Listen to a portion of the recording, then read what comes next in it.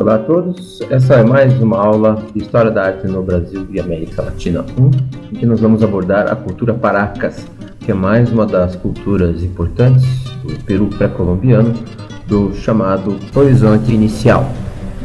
A cultura Paracas é muito interessante porque nela a gente vai ver o desenvolvimento da produção têxtil e ela é por muitos considerada como a cultura mãe de uma cultura posterior, que é a cultura Nazca.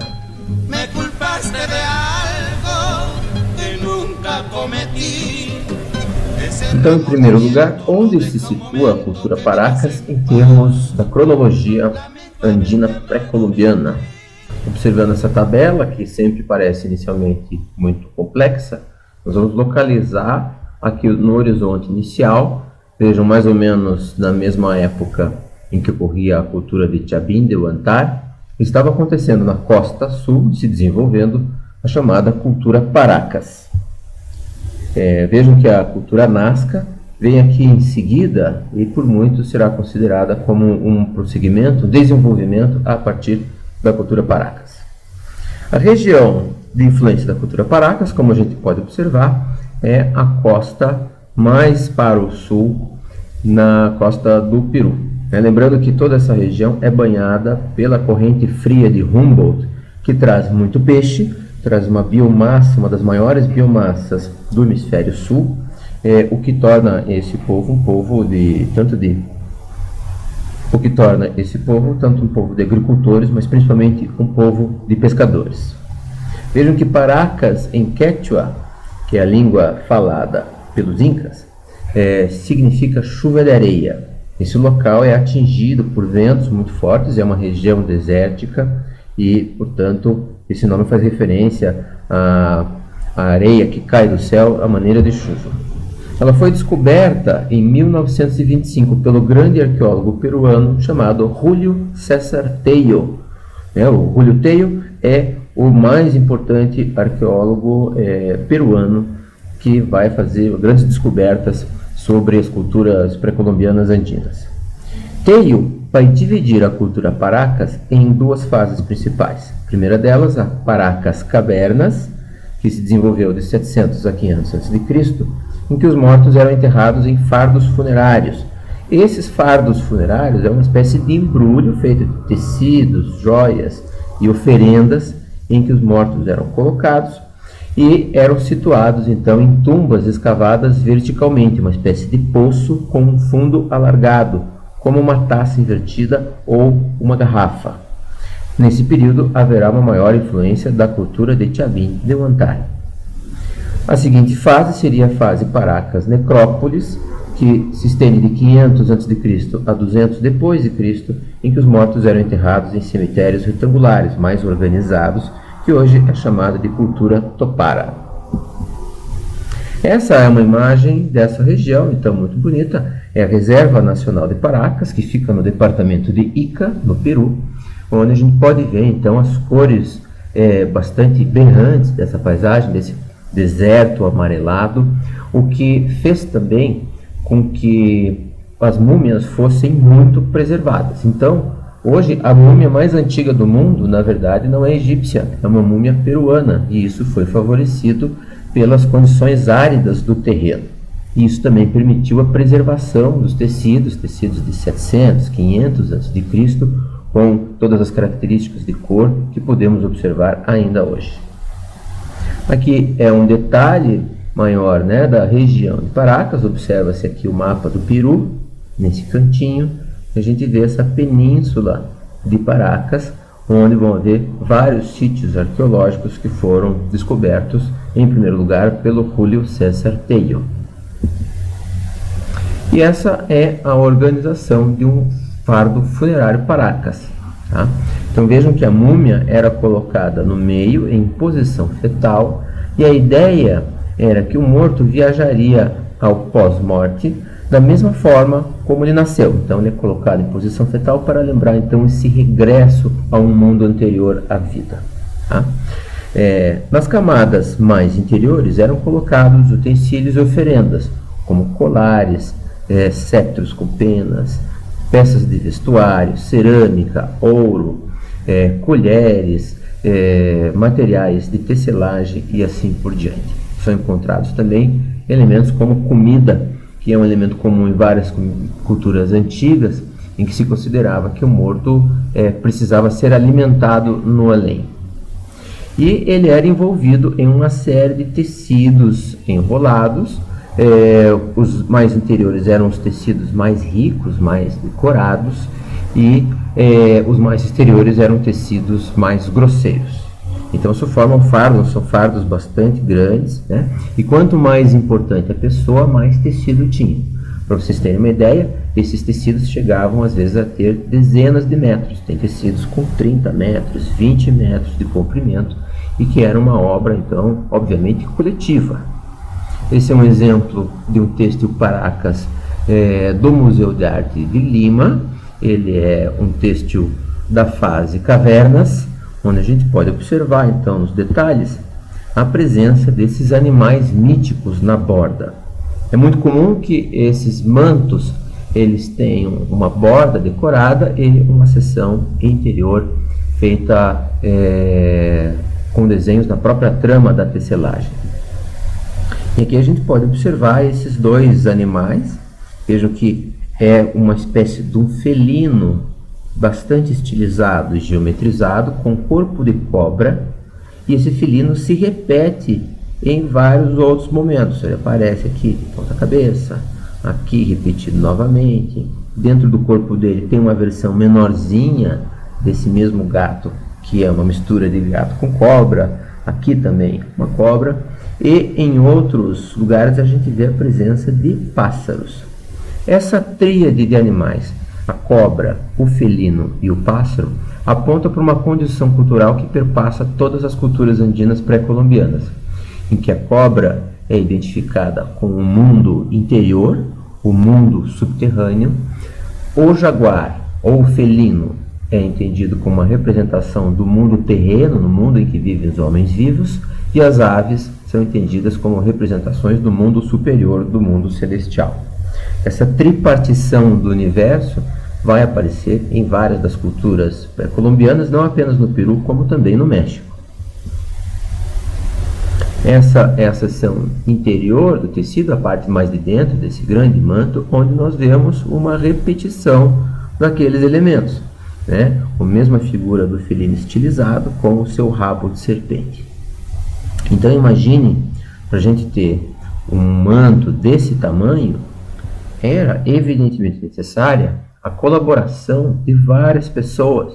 Então existem mantos, inclusive, que são mantos de aprendizado, que estão incompletos, e isso denota uma organização social bastante elaborada, no sentido de produzir esses mantos, que muitas vezes eram utilizados também em vida.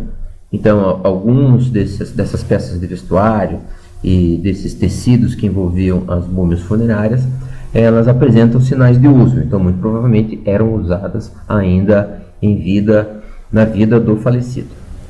Na produção desses mantos é fundamental, então, o fator da domesticação de certos animais que são importantíssimos no contexto andino. Esses animais são camelídeos, dos quais o mais famoso é a lhama.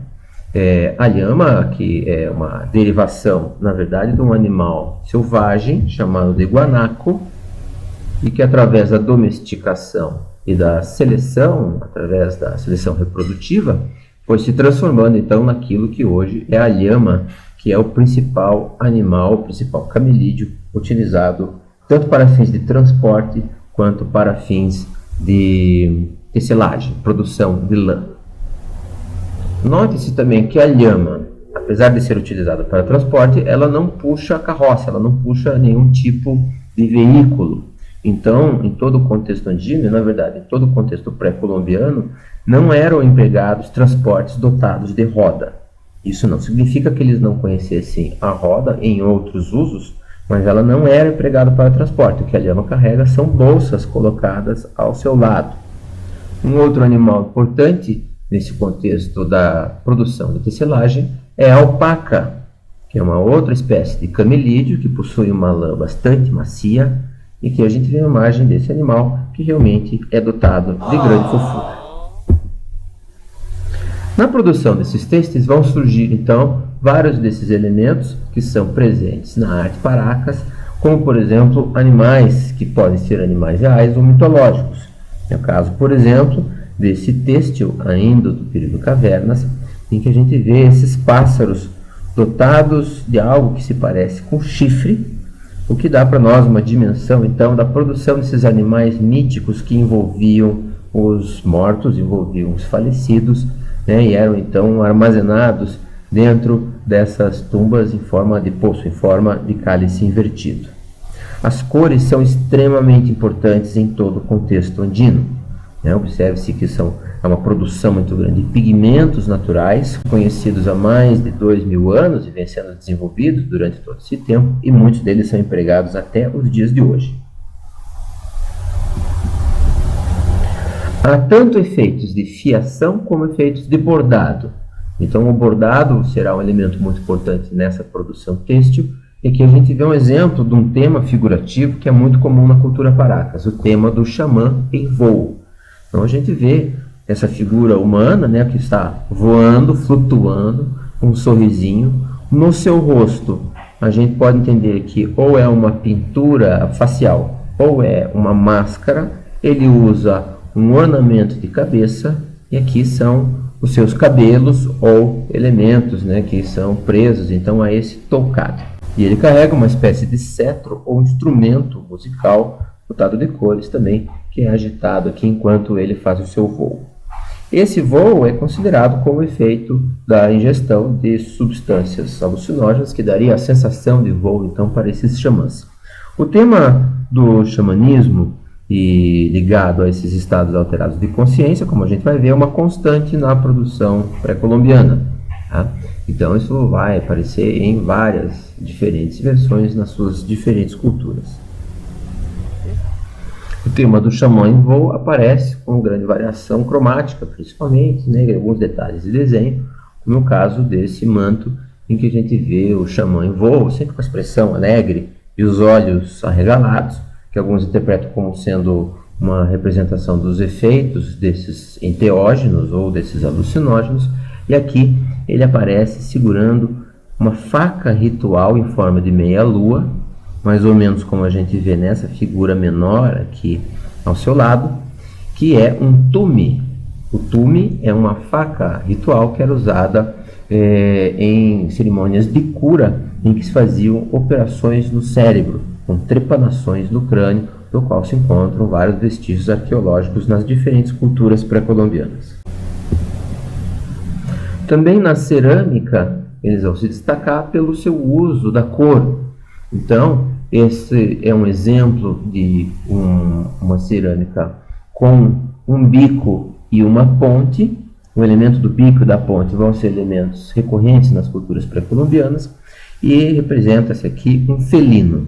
O felino, se vocês estão lembrados da cultura de Tiabim de Huantar, aparece como uma divindade que se repete e, portanto, denota a influência de Tiabim de Huantar, que está bastante distante dessa região, já sobre a cultura Paracas.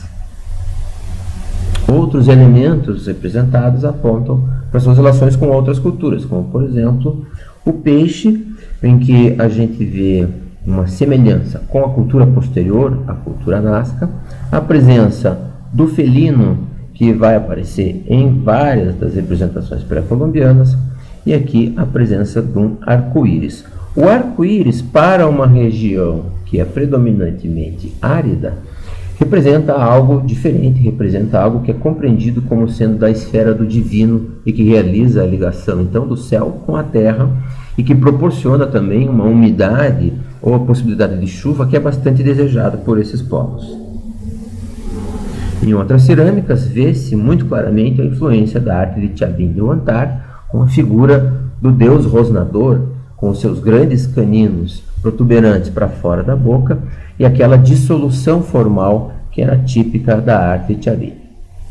Então, através da arte Paracas, a gente vê, em primeiro lugar, uma ligação pan-andina de diferentes culturas, né? Apesar de ser uma cultura diferente da cultura de Tiabim de Huantar, há uma importação, digamos assim, de elementos figurativos e provavelmente de elementos míticos que vêm daquela grande cultura mais ao norte do Peru, e também uma ligação com culturas que são posteriores e que vão se desenvolver principalmente através da cultura Nazca.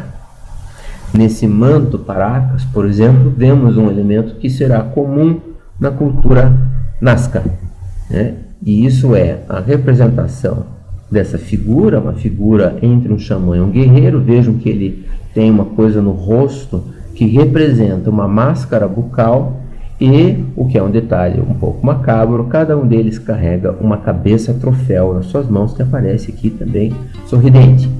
Então essa repetição dos elementos, que é típica do manto Paracas, será aprofundada e desenvolvida na cultura Nazca, assim como a representação de rituais sangrentos e macabros e dos seus elementos mitológicos e das suas crenças religiosas.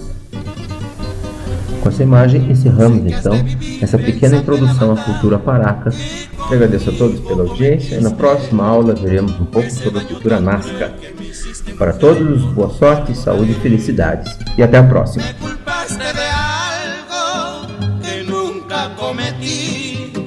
Ese remordimiento no deja un momento que vivas en paz. Lamento haberte amado, desprecio aquel cariño y maldigo el momento en que te conocí. Víbora, ese nombre te han puesto porque en el alma llevas el veneno mortal.